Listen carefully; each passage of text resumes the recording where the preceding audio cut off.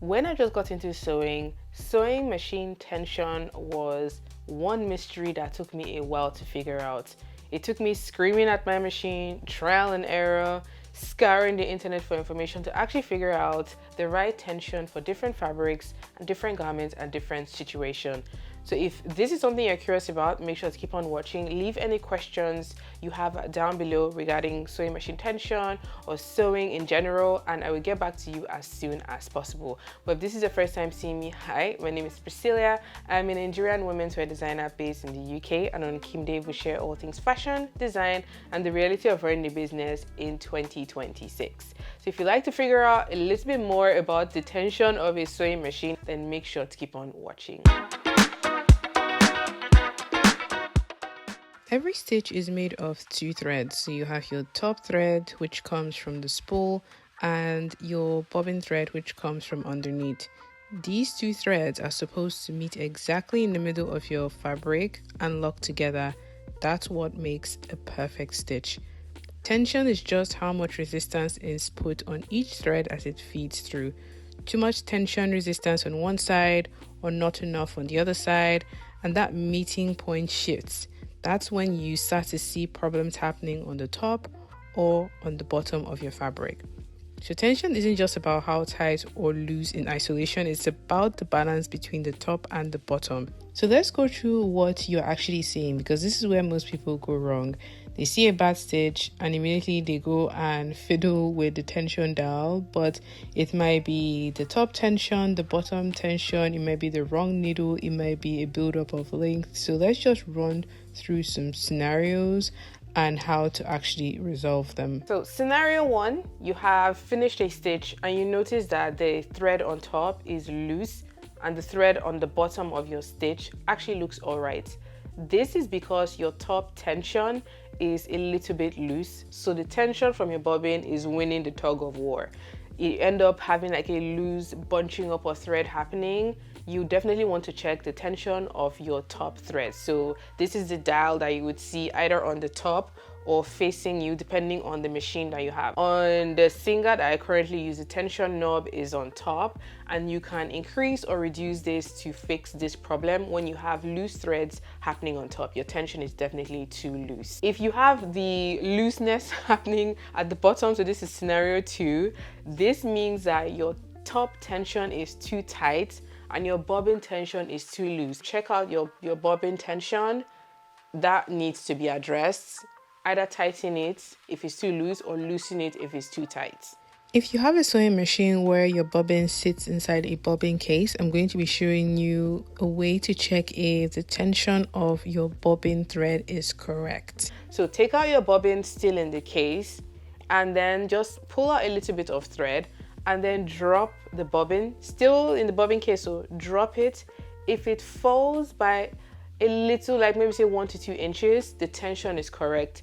If it doesn't even move at all, the tension is too tight. If it just falls all the way to the ground, it means the tension is too loose. So on my machine, there is a little screw and you can adjust this with like a small screwdriver. You can either make it tight if the tension is too loose or loosen it if the tension is too tight. Scenario number 3 is when you have puckering happening as you are sewing. This, I would say, is generally because the top thread tension is too tight and it's just pulling the bobbin thread that comes from the bottom, which is creating this puckering or kind of like mini gathers on your seam. Check out your top tension to see if it actually is the right tension for the fabric that you are sewing. Different fabric groups require different tension, because if it's a fabric that is very light, very thin, you don't want to use a tension that is too tight. You're going to have puckering happening. If it's a fabric that is a little bit thick, you definitely would want to reduce the tension a little bit to allow the thread to go through the thickness of the fabric to make the stitch correctly. The final scenario I want to talk about is when the thread is just breaking. So you sew a little bit, the thread breaks. There are a few reasons that could actually cause this. The first I would highly recommend you do if you haven't done is check to see if there's any buildup of length dust, debris in your machine. This could be around where the thread has passed through the machine or in the base of your machine. Definitely check for buildup of length. This is a machine that we've invested money in. Let's take care of it.